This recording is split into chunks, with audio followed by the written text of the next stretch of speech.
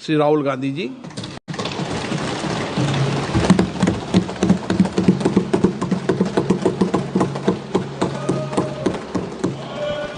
Thank you, Speaker Sir, for allowing me to speak on the President's address.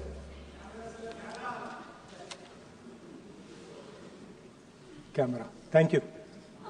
Double thank you, sir.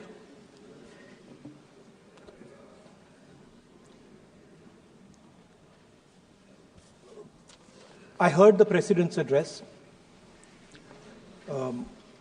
I sat there with Kharge ji and I listened to it. And I must say, I struggled through the President's address to maintain my attention on what was being said. Because I had heard pretty much the same President's address the last time and the time before that and the time before that.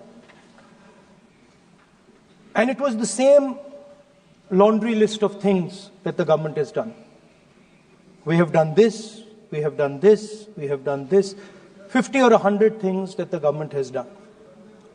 And so while I was sitting there, I was thinking, okay, I am being critical about what is being said. And I am saying that this is not the type of President's address that should be delivered. Well, the question came to my mind, what type of address would an India Gathbandhan government deliver? How would that address be different than the address we heard? Because it's no point me saying that it is a laundry list and then not providing an alternative idea. And so today I would like to lay out some dimensions of what an alternative address would look like, what the India Gathbandhan would probably focus on, and where we would lay emphasis. The future of this country is going to be decided by the young men and women of this country, the youth of this country. So I think anything we say has to be addressed to them, has to be spoken to them.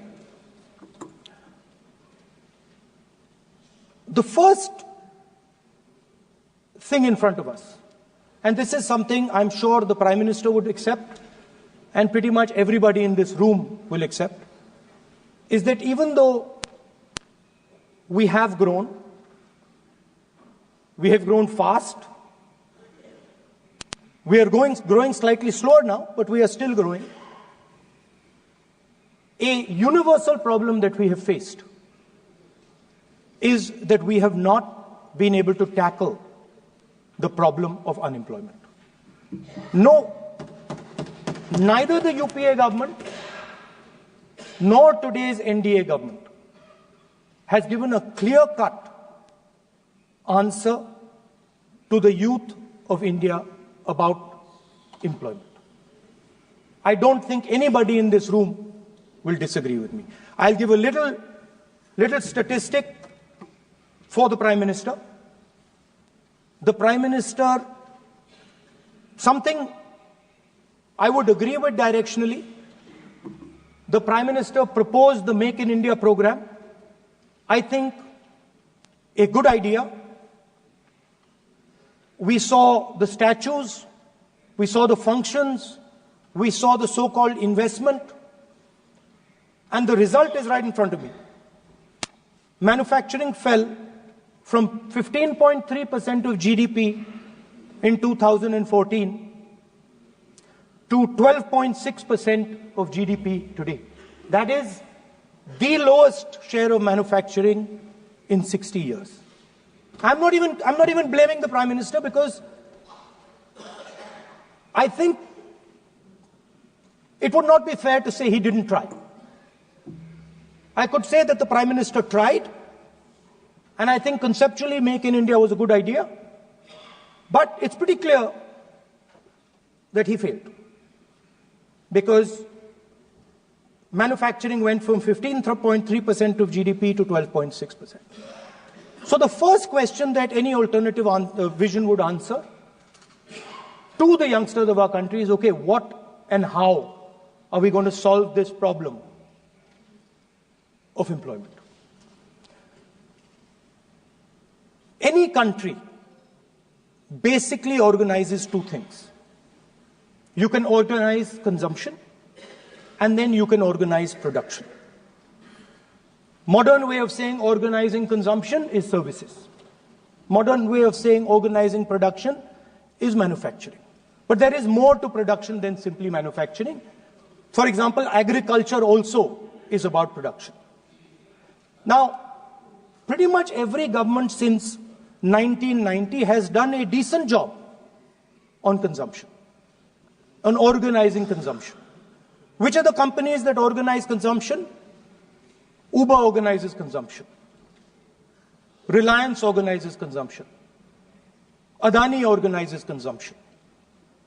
But we have, as a country, failed in organizing production. We have excellent companies that try to organize production. They are the Mahindras of this world. They are the Bajajs of this world. Part of Tata's organizes production, but the record of the country in organizing production is dismal.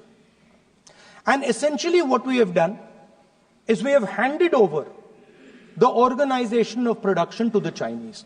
So this mobile phone, even though we are saying we make this mobile phone in India, that is not a fact. This phone is not made in India. This phone is assembled in India. All the components of this phone are made in China. The network that has produced this phone is made in China, is owned by China. So every time we use a phone, every time we wear a Chinese shirt, a Bangladeshi shirt, every time we wear a pair of Chinese sneakers, we are paying a tax to China. Because some Chinese youngster is earning a salary to make or to produce that product. So the first message I would give in a presidential address would be that India has to focus completely on production. Because if we do not focus on production and we continue to focus only on consumption, we will find that we will run huge deficits, we will increase inequality, and eventually we will run into a serious problem. Social problem because of unemployment, which we are already facing. If you look at the numbers of the amount of people who are in jail, if you look at the numbers that are spent on internal security, if you look at the numbers spent on our police forces, they're all spiraling. They're all rising. And everybody understands that social tension is on the rise in India. So now the next question comes, okay, so where is this employment going to come from? What is India going to produce? And for that, I'd like to tell all the youngsters of this country that there is a revolution taking place, an exciting revolution. The world is transforming completely.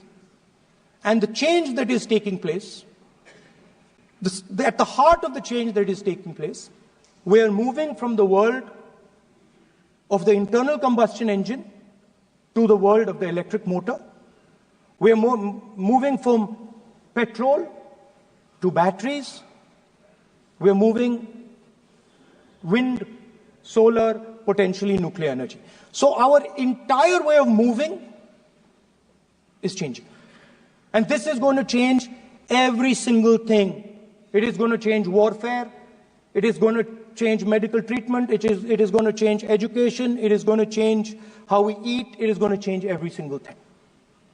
Now, the last time there was a revolution, called the computer revolution, the government of India had a clear focus. We looked at that revolution. It was a Congress government. We looked at the revolution and we decided clearly that we are going to focus on the development of software. And we rode the wave of that revolution. And today you can see the result. I remember people laughing I remember people laughing when the computer was being talked about. You mentioned Mr. Vajpayee.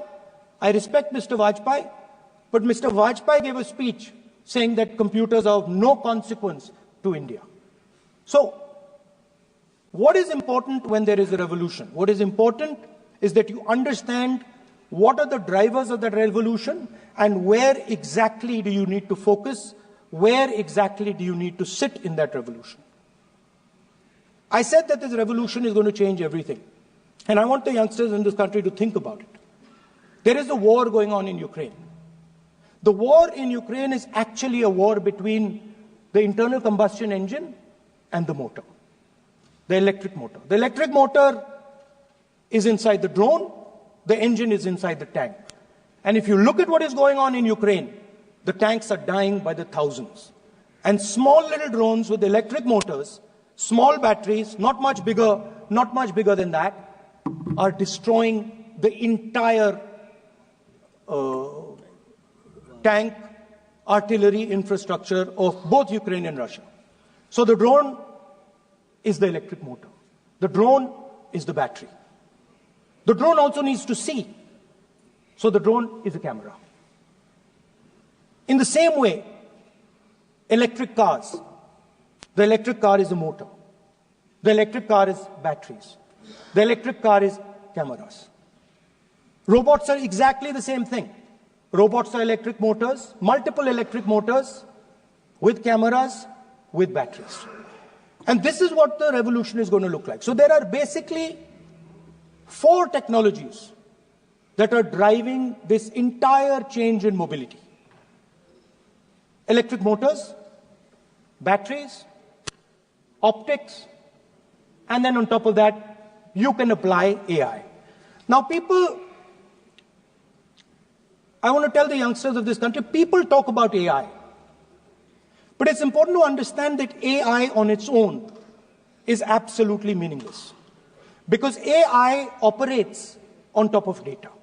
Without data, AI means nothing. And if we look at data today, there is one thing which is very clear.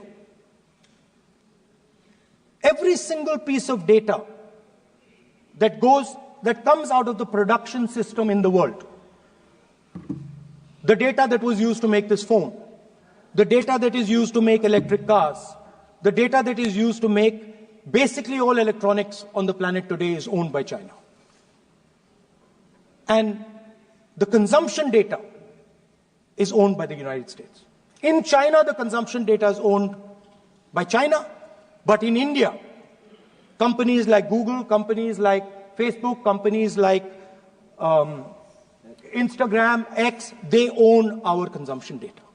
So if India wants to talk about AI, it has to first answer the question, what data is going to power that AI?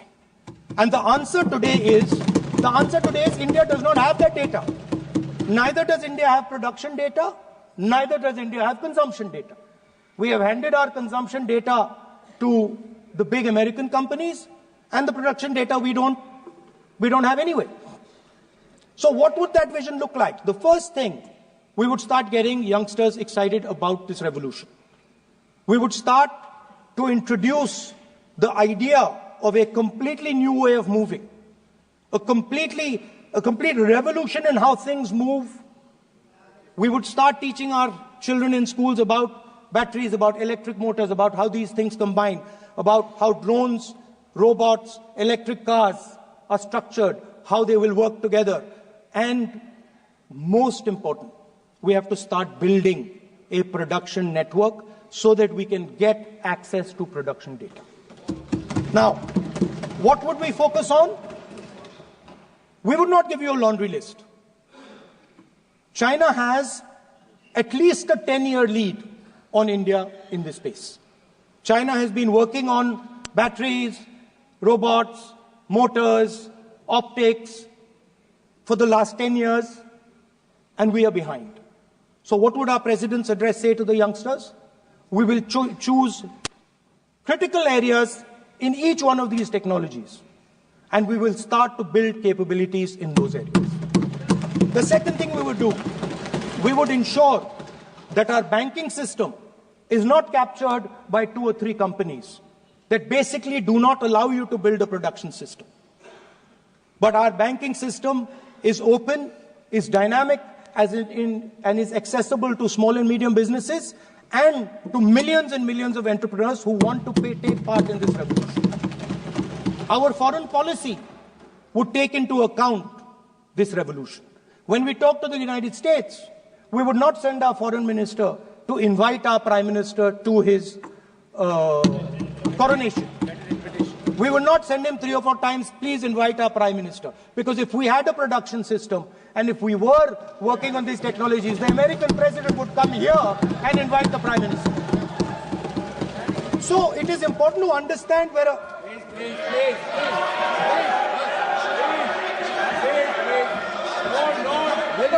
foreign policy.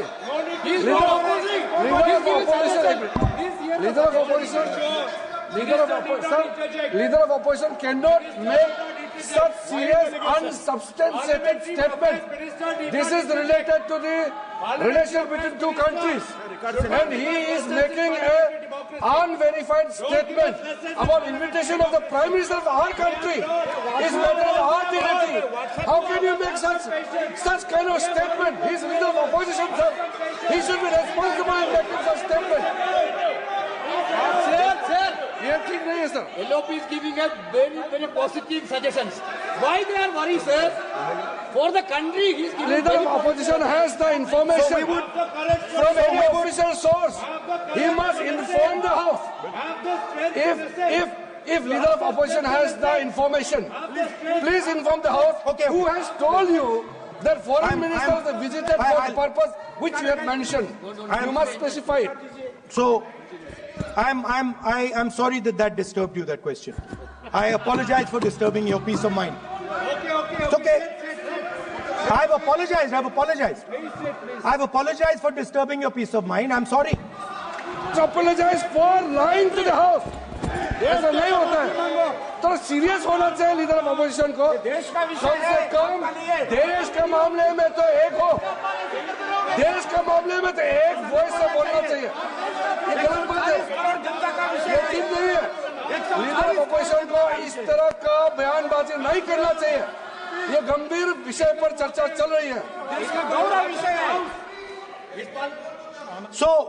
So we would start by telling our young men and women that they have to be at the forefront of this revolution. We cannot afford that the Chinese are at the forefront of this revolution. Number one. Number two, we will ensure that the absolute best experts on these technologies would talk to our students, would talk to our youngsters and guide them on what a future, on what these future technologies are going to do. We would make them partners in this revolution. Now, we talk about defense. And today, we have the Chinese. And the Prime Minister has denied it. And the army has contradicted the Prime Minister. It's true. The Prime Minister has denied it. The Prime Minister has denied it. And the army has disagreed with the Prime Minister that China is sitting on 4,000 square kilometers of our land, of our territory.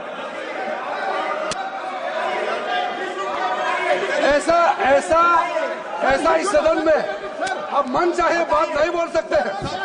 ये बिल्कुल ठीक नहीं है sir. ये serious मामला है. आप foreign policy पे, बॉर्डर इश्यू पर आप अपना कैसे मजाक बात कर सकते हैं? अपना मन मारन कहानी आप बना के बोल रहे हैं. ये तो बहुत सीरियस मामला है. विदेशी प्रतिपक्ष के नेता जो आप विषय बोल रहे हैं, उसके तथ्यों को सदन के पटल पे रखना. आप पानी. अनुरोध है लीडर अपोजिशन बोले, हम लोग शांति से सुनेंगे, ये आपका अधिकार है बोलने का, मगर आप मन चाहे ऐसा सीरियस इशू पे कैसे बोल सकते हैं? ये सीरियस मामला है। आप सदन में आर्मी के पास से बोलते हो, फॉरेन मिनिस्टर के पास बोल देते हो, सीमा का बात ऑफिशियल पर्सन से अलग बात करते हैं, ऐसा मत बोलिए, ये देश के लिए ठीक नहीं है। आपको सीरियस होना पड़ेगा लीडर ऑफ अपोजिशन। ये गंभीर मामले को आप ऐसा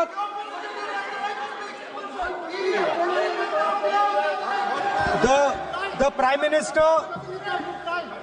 Minister has denied that Chinese forces are inside our territory, but for some reason our army keeps talking to the Chinese about their entry into our territory, and our Chief of Army Staff has said that the Chinese are inside our territory. This is a fact. This is not invention, this is a fact. Now, but the reason China is inside our territory is important. Because people think that wars are fought between armies and their weapons. But the fact of the matter is that wars are fought by industrial systems. The fact of the matter is that China has an industrial system that is far stronger, far bigger than our industrial system. And that is why they have the guts to come inside this country. The reason China is sitting inside this country is because Make in India has failed. The reason China is sitting inside this country is because India is refusing to produce. And I am worried that India is going to give up this revolution to the Chinese once again. The reason I made this reference is because everything is connected. If and when we fight a war with China, we will be fighting with Chinese electric motors, Chinese batteries, Chinese optics, and we will be buying Chinese motors, Chinese optics, Chinese batteries. It is a non-sustainable proposition. That is why for our security, for the future of our children, for the future of our country, we have to build a production system, and we cannot allow this revolution to go by. Now, the next step, we have a strategic partner called the United States. The partnership should focus on how India and the United States can work together to take advantage of this revolution. That is what the conversation should be on. Please understand that India is as important as the United States for the simple reason that they cannot build an industrial system without us. They cannot build a production system without us. No matter what they say, the Americans simply cannot do what India can do because their cost structure is much, much, much more expensive than ours. We can build things that the Americans would never imagine. India can do that. So that would be the first part of a president's address. We would talk to the youngsters in India and say to them, we want you to be partners in this revolution. We want to change the Indian banking system so you can have access to it. And we believe in you, we trust in you, and we believe you can take on the Chinese. That's the first part. The second part would be about participation. We have done a caste census in Telangana. And what we have found is shocking. Almost 90% of Telangana is either Dalit, Adivasi, backward, or minority. Almost 90%. And I am convinced that that is the story across the country. I am absolutely convinced that the OBC population of this country is not one less than 50%, possibly 55%. 16% are Dalits. 9% are Adivasis. 15% are minorities. Last budget, there was a photograph. You remember the photograph? Of course. वो मक्खन बांटने वाली, हलवा बांटने वाली photo. मैं हैरान हो गया कि इस बार फोटो ही हटा दी. हलवा खिलाया मगर दिखाया नहीं किसको खिला रहे. Please. So at the center of any new development paradigm for this country, which runs parallel with the production paradigm I spoke of, which works together with the production paradigm I spoke of, is the participation of lower castes, OBCs, Dalits, Adivasis in the wealth of this country. If we look at the largest corporates in this country, they're all owned. None of them are owned by OBCs. None of them are owned by Dalits. None of them are owned by tribals. If we look at the biggest media companies that support the Prime Minister, every day we see the Prime Minister's pleasant face, smiling face on these media. None of them are owned by OBCs. None of them are owned by Dalits. None of them are owned by Adivasis. This is the fact. So central to any new development paradigm is the architecture of a new paradigm. And that architecture of the new paradigm can only be built once the caste census is placed on this table. Because once the caste census is placed on the table, we will know exactly how much of this country's wealth, how much of this country's power, how many of this country's institutions are owned by 90% of this country. There are OBC MPs in the BJP. There are OBC MPs in the BJP. There are Dalit MPs in the BJP. There are Adivasi MPs in the BJP. Remember, you are OBCs, you have 50% of the population and you have absolutely no power. I know that you're sitting there and you cannot even open your mouth. That is the truth of the country. प्रधानमंत्री का चेहरा आपको दिखाई नहीं देता है? जाति जनगणना, प्रधानमंत्री का चेहरा आपको दिखाई नहीं देता है? आर्किटेक्चर, अंधे हो गए participation revolution in this country that we are going to bring. चेहरा नहीं दिखता है. ये अंधेरा हो गया है.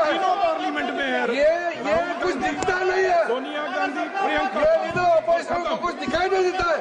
ओबीसी बात करते हैं. So the idea is, Speaker sir, the idea.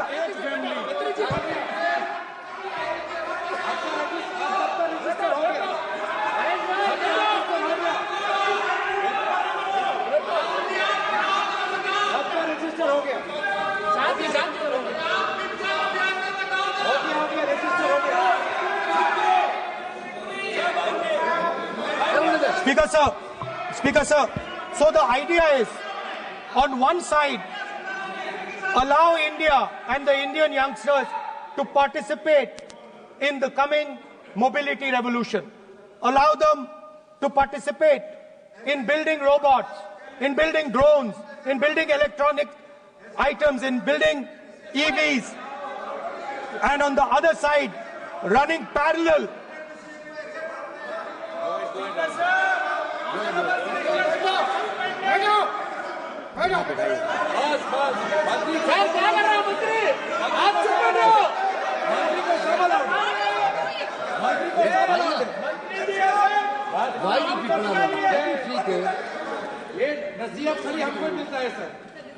मैंने उनको ही मना किया. The country, Speaker sir. ऐसा नहीं है. So आप भी बहुत डिस्टर्बेंस करते हैं. Okay, Speaker sir. So parallel ideas.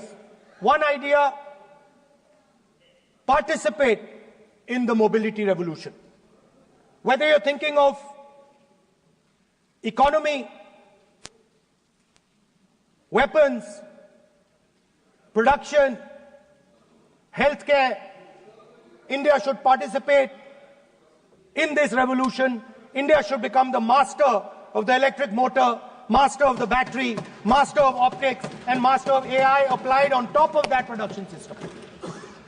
Now imagine the power of AI when we apply it to the caste census. You imagine what we will do with AI and what we will do with the social revolution in this country when we start to apply AI on the data that we get from the caste census. So we are going to run a parallel track. On one side, participation, revolutionizing the participation of Dalits, OBCs, Adivasis in the ruling of this country, in the institutions of this country, in distribution of wealth of this country. And on the other side, parallel track, challenge the Chinese and participate in the revolution and defeat the Chinese in electric motors, batteries, solar panels and wind. Yeah. So that is the first two parts of any presidential election address that any India Gathbandhan leader would give you. The final, of course, we go back to the Constitution. This, our favorite, just like the production system is a weapon, just like Jati Jangarna is a weapon of transformation, this is what the entire architecture is built on. I remember before the elections, all of you were saying 400 par, and you were saying you would change this. And then I was glad to see that the Prime Minister walked in and then was forced to bow his head in front of the Constitution. It was a moment of pride for all Congress people that we had explained to the Prime Minister and to the whole country that no force will dare touch this. Yeah. I know that the RSS has never accepted this. Mohan Bhagwatji has said that India didn't get independence in 1947. He has said that this constitution is meaningless. I know that that is at your heart. We will never let your dream come true. This constitution is going to rule India always. Now, एक minute आप प्रतिपक्ष के नेता हैं, मेरा आपसे आग्रह है कि जो विषय आप रखें वह तथ्यों पर आधार पर रखें, तो उचित होगा। मैंने आपको पहले भी कहा, और जो सदन के सदस्य नहीं हैं उनकी चर्चा न करें। बताता हूं सर, मोहन भागवत आप नियम प्रक्रियाओं की पालन करें, आपसे अपेक्षा। सर, मोहन भागवत जी ने स्टेटमेंट दिया। मोहन भागवत का स्टेटमेंट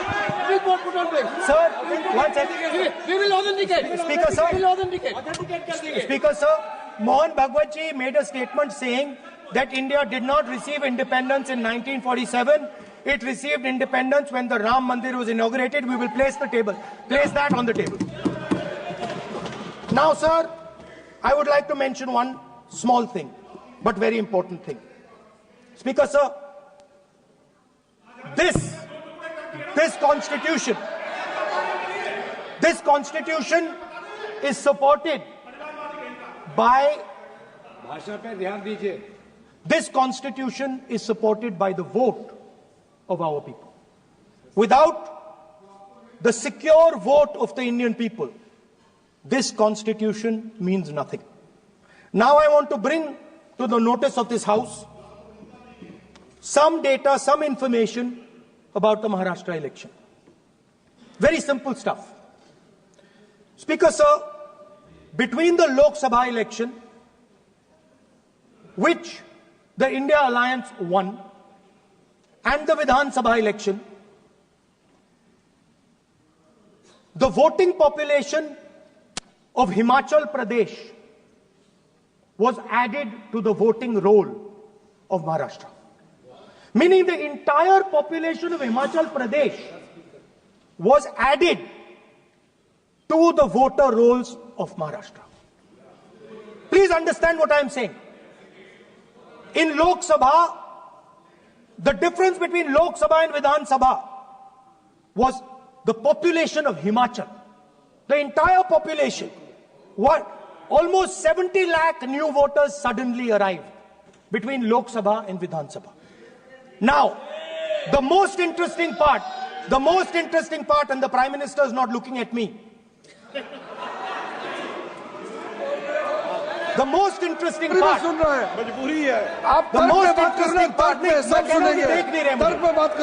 मुंह नीचे कर लिया suddenly. the most interesting part is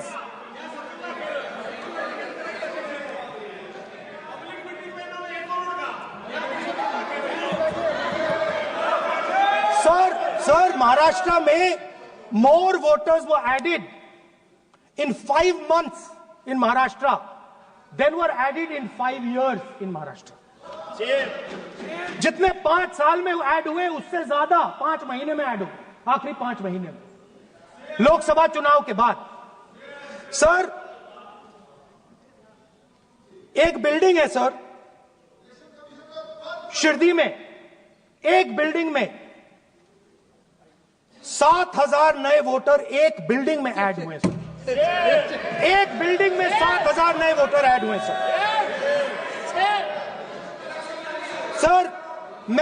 मैं कोई आरोप नहीं लगा रहा हूं, मैं कोई आरोप नहीं लगा रहा हूं, मैं सिर्फ ये कह रहा हूं सर कि ये इसमें कुछ ना कुछ प्रॉब्लमैटिक है कि हिमाचल प्रदेश जितने बड़े वोटर्स लोकसभा के बाद जादू से आ जाते हैं।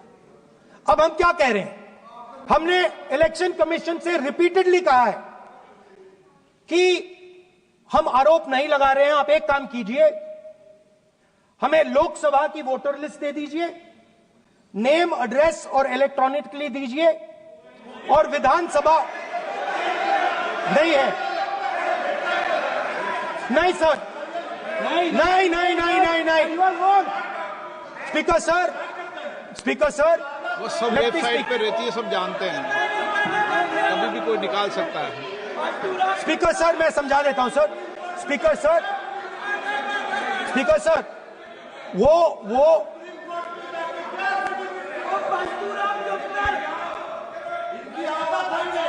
Speaker sir, we have asked, speaker sir,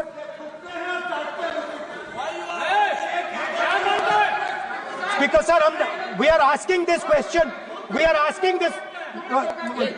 Speaker sir, population of Himachal Pradesh. Please. Population of Himachal Pradesh has voted. Extra has voted in Maharashtra.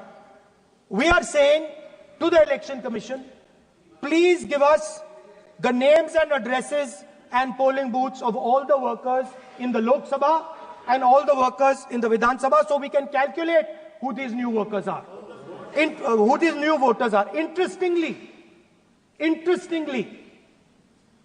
the new voters are mostly in the constituencies that the BJP has swept. Please understand, the new voters have been added mostly in the constituencies where BJP has swept. I am still not making an allegation. I am saying on the floor of the House that the Election Commission has to give the data of the Maharashtra elections to the Congress Party, to the Shiv Sena and to the NCP, so that we can see exactly where these voters have been added, who has been subtracted, who has been added, where they have been added. This is not an irresponsible request. This is a very simple request for them to fulfill. The reason I am saying this, sir, is because the rules have been changed. This is not just said in isolation. Speaker, sir, the election commissioner used to be chosen by the Prime Minister, Leader of Opposition, and the Chief Justice. Sir, the Chief Justice was removed from that committee. Why? Why? This is the question, sir. This is the question to the Prime Minister. Why was the Chief Justice removed from the committee? Now, in a few days, I am going to go to the meeting. I am going to go to the meeting. There's going to be Mr. Amit Shah and Mr. Modi ji. And there's going to be me. 2 to 1. Why am I even going to the meeting? What is the purpose of me going to the meeting? I'm only going to the meeting to certify what Modi ji and Amit Shah ji are going to say. Right? Whereas if the Chief Justice was there, there could be a discussion. Chief Justice and Leader of Opposition could say, no, we don't agree. So, there seems to be a calculated strategy. Now, just prior to the Lok Sabha, the election commissioner was changed and 2 new election commissioners were placed. Yes. We know that the election dates were changed. Yes. We know that the elections were postponed. These are facts. These are not things I am inventing. So, in order to safeguard this constitution, The entire opposition requests the data for the Maharashtra election. We request the data and the electoral voter list for Lok Sabha and the corresponding list for Vidhan Sabha. And I am very confident that the Election Commission will not give us this information. Speaker sir, that is broadly. So the third element of our President's address would be a determined defense of India's institutions, of our democratic system, and a re-look at our entire democratic framework, and the looking again at all the institutions that have been taken away from the people of India. So those would be the type of things that we would say in a presidential address. I'd like to finally say one thing. In the last, थोड़ा बढ़ा देता हूँ. अब मैं थोड़ा और खींचूंगा. अब और खींचूंगा थोड़ा. अब और खींचूंगा. So in the last, there is a background, a philosophical background to what I am saying.